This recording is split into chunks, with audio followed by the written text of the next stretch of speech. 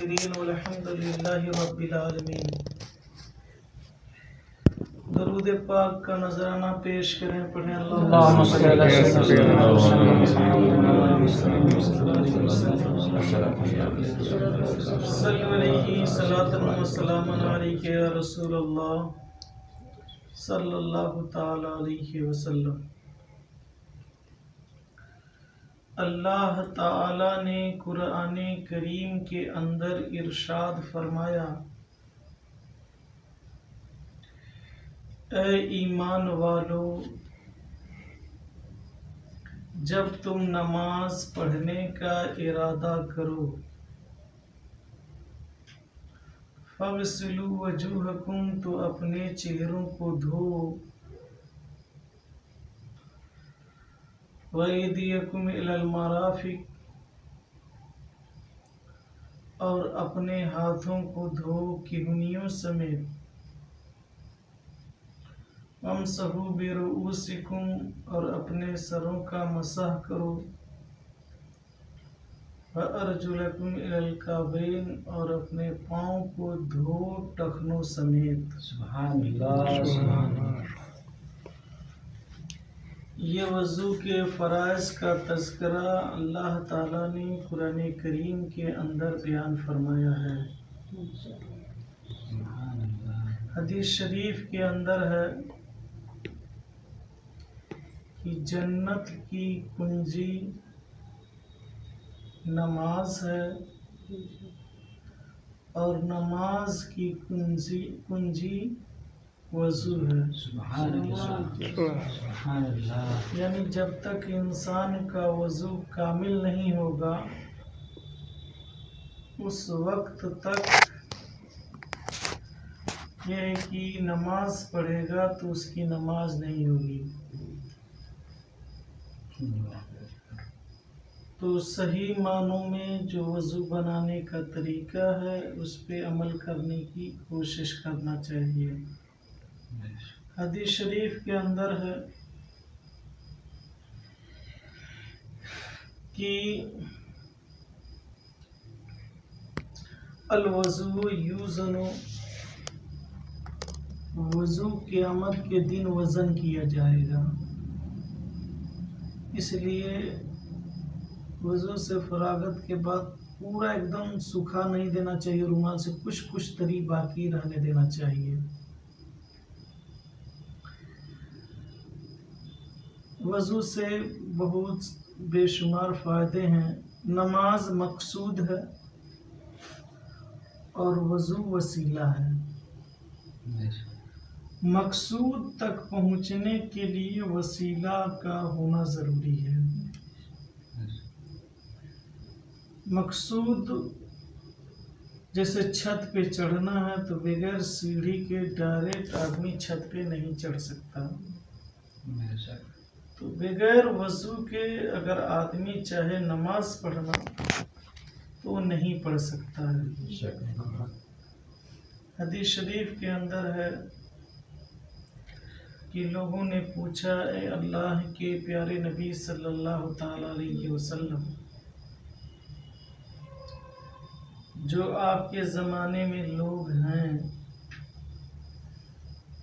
اور یا جن کو آپ نے دیکھا ہے تو آپ تو قیامت کے دن انہیں پہچان لیں گے، لیکن جو آپ کے بعد آنے والے لوگ ہیں جن کو آپ نے نہیں دیکھا ہے ظاہراً، تو ان کو کیسے پہچانیں گے؟ تو حضور صلی اللہ تعالی علیہ وسلم نے فرمایا کہ میری امت وضو کرے گی تو وضو کرنے کی برکت کی وجہ سے جو وضو کے اعضاء ہیں قیامت کے دن چمکتے ہوئے ہوں گے۔ تو میں پہچان جاؤں گا کہ یہ ہمارا امتی ہے۔ تو کوشش یہ کرنا چاہیے کہ نماز کی پابندی ہو تاکہ رب کے حضور کھڑے ہونے میں شرمساری آدمی کو محسوس نہ ہو۔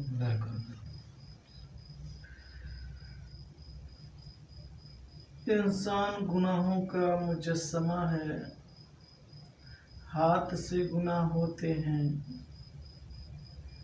آنکھوں سے، پیر سے،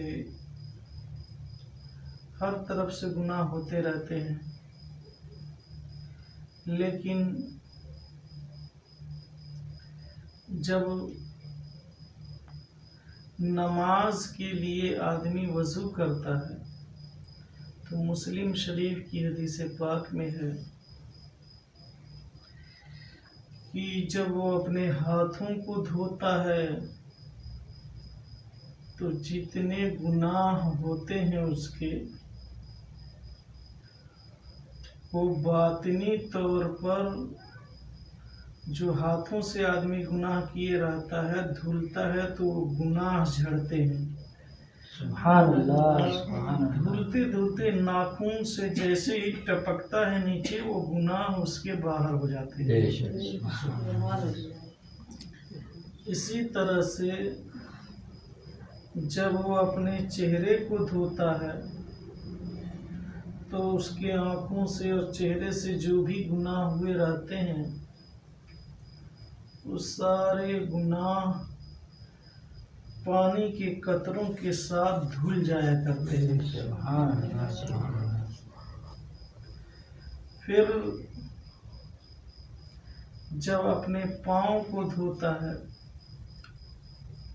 تو پاؤں سے جتنے گناہ ہوئے رہتے ہیں سارے گناہ پاؤں کی طرف سے نکل جاتے ہیں قطرے کے ساتھ، یہاں تک کہ جب وہ نماز کے لیے جاتا ہے تو گناہوں سے بالکل پاک اور صاف ہو جایا کرتا ہے۔ تو اگر 5 مرتبہ 5 وقت کی نماز کے لیے وضو کرے تو پھر انسان کے لیے کوئی گناہ باقی نہیں رہے گا۔ حضور صلی اللہ علیہ وسلم نے فرمایا، صحابہ کرام موجود تھے کہ بتاؤ کہ اگر کسی کے گھر کے سامنے نہر ہو اور اس نہر میں وہ دن میں 5 مرتبہ غسل کرے تو اس کے جسم پر کوئی میل باقی رہ جائے گا؟ تو صحابہ کرام نے کہا کہ نہیں، اس کے جسم پر کوئی میل باقی نہیں رہے گا۔ تو حضور صلی اللہ علیہ وسلم نے فرمایا کہ اسی طریقے سے جب آدمی نماز پڑھتا ہے تو وہ گناہوں سے پاک اور صاف ہو جاتا ہے اور کوئی گناہ نہیں بچتا ہے اس کا۔ سبحان اللہ۔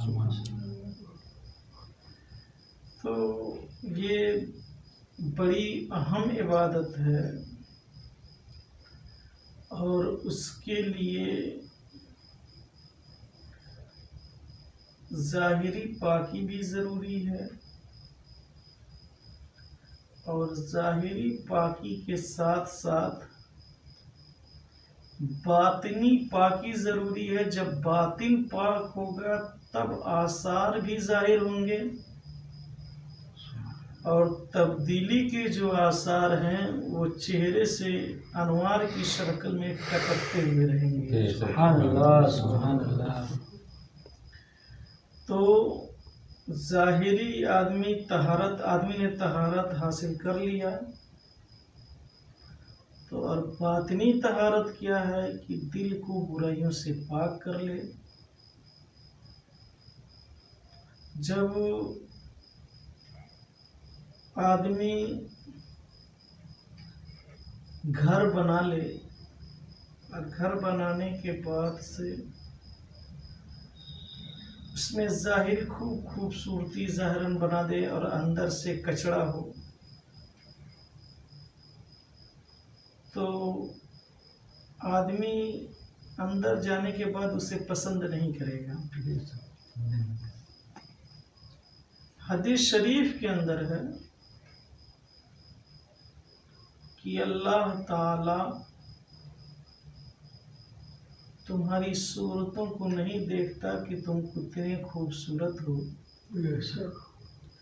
اور تمہارے بدن کو نہیں دیکھتا، اللہ تعالی نظر رحمت فرماتا ہے تو دل کے اوپر فرماتا ہے۔ سبحان اللہ سبحان اللہ، حق ہے۔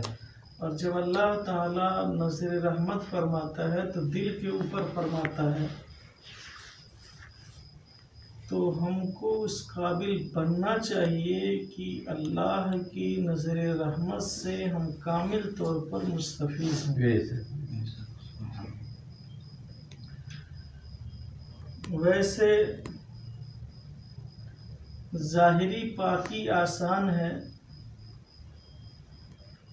لیکن باطنی پاکی کے لیے شیخ کوشش کرتا ہے اور ہر طرح سے دھل کر کے صاف ستھرا کر کے وہ رب کی بارگاہ میں پیش کرتا ہے۔ تو جو وضو کا طریقہ ہے اس کے مطابق ہمیں وضو بنانے کی کوشش کرنا چاہیے، اور اس کی تفصیلات بہت زیادہ ہیں، انشاءاللہ آئندہ بیان کیا جائے گا۔ تو غور کرنے کا مقام ہے کہ ظاہری طہارت بھی ہو اور باطنی طہارت بھی ہو، پھر جا کے انسان کو ایمان کا لطف ملتا ہے، اور اس وقت تک لطف نہیں ملتا جب تک آدمی قلبی امراض میں گرفتار ہوتا ہے۔ ہر چیز کا دنیا میں ایک ذائقہ ہے، مزہ ہے، تو ایمان کا بھی مزہ ہے اور حلاوت ہے۔ تو دنیا میں بیمار آدمی ہو جائے تو اسے کھانے کا ٹیسٹ نہیں آتا ہے، بخار ہو جائے تو جب بخار ٹھیک ہوگا پھر کھانے کا ٹیسٹ آئے گا۔ اسی طرح سے جب اللہ والوں کی نظر سے قلب صاف ہوگا تو اس کا دل آئینہ ہوگا، اور جب دل صاف ہوگا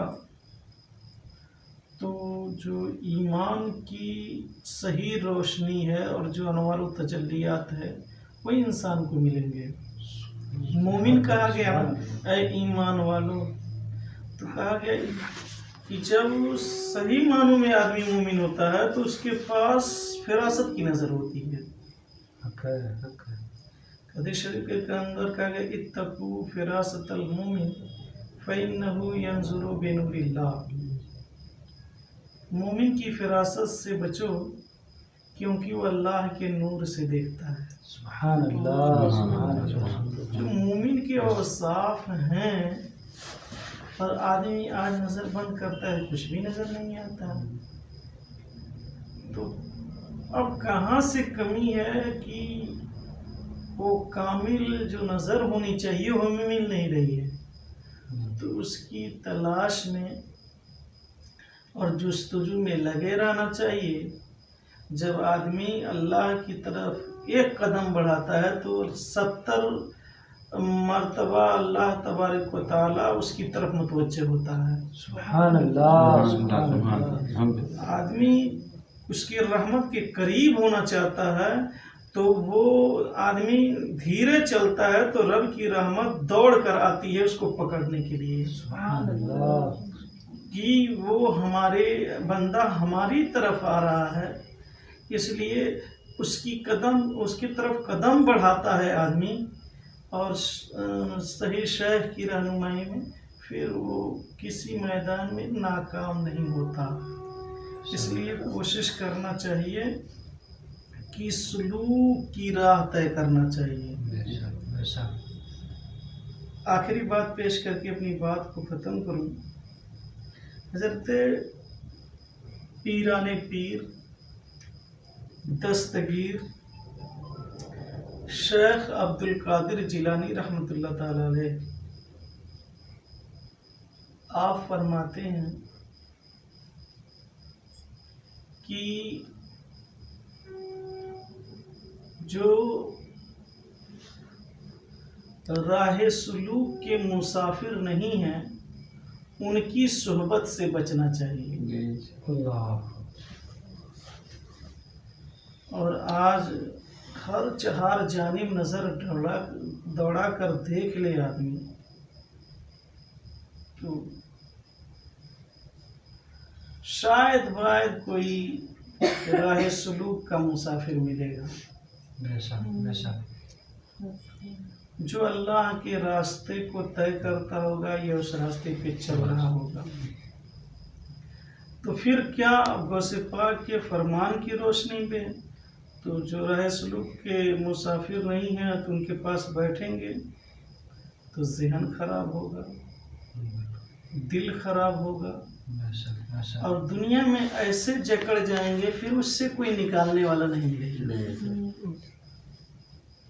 گا۔ اور جب راہ سلوک کے مسافر کے پاس پہنچیں گے تو وہاں سکون بھی ہوگا، اطمینان بھی ہوگا، علاج بھی ہوگا، بیماریوں سے شفا بھی ملے گی۔ سبحان اللہ اس لیے کہ جو راہ سلوک کا مسافر ہوگا وہ نظر ڈالے گا تو اس سے کیا ہوتا ہے کہ بزرگوں کی باتوں میں دوائی اور ان کی نظروں میں شفا ہوتی ہے۔ سبحان اللہ تو باتوں سے اس کی دوا اور علاج ہو جائے گا اور اس کی نظر سے لوگوں کو شفا مل جائے گی۔ تو اتنی بڑی بات بزرگ غوث پاک کہہ گئے، اگر دیکھا جائے تو آج جہان خالی نظر آتا ہے۔ شاید واحد کوئی کسی خانقاہ میں سلوک کی راہ طے کرائی جاتی ہو، ورنہ تو یہ راستہ اتنا لمبا ہے کہ مجدد صاحب نے فرمایا کہ 50,000 برس کا اتنی زندگی ہے نہیں۔ شیخ کے توسل سے وہ سارے راستے طے ہوں گے، تو وہ شیخ جو ان راستوں کو دیکھا ہوگا وہی چلا سکتا ہے۔ تو اب ایسی صورت میں دیکھا جائے تو آج معاشرے میں بغاوت، معاشرے میں فتنہ، معاشرے میں بھائی چارگی کیوں نہیں رہی؟ اس لیے کہ سلوک والے لوگ نہیں۔ اگر سلوک والے لوگ رہتے رب کا راستہ تو ان کے اندر نرمی ہوتی، ہر ایک سے محبت کا پیغام دیتے اور محبت کو عام کرتے، اور محبت سے لوگوں کے دلوں کو جوڑا جا سکتا ہے، اور ترقی کی سارے راستے جو ہیں وہ محبت ہی کی بنیاد پر ہیں۔ سبحان اللہ تو جتنا کام محبت سے ہو سکتا ہے انسان کے وہ اور چیزوں سے نہیں ہوگا۔ تو کوشش کرنا چاہیے کہ محبت کی تعلیم دینا چاہیے اور محبت کو فروغ دینا چاہیے، اور یہی چیزیں خانقاہوں سے سکھائی جاتی ہیں کہ لوگ آپس میں محبت کریں، اور جو نبی کریم صلی اللہ علیہ وسلم کی سنت کا طریقہ ہے اس پر عمل کرنے کی کوشش کریں۔ اللہ تعالیٰ ان تمام باتوں پر ہم سب کو عمل کی توفیق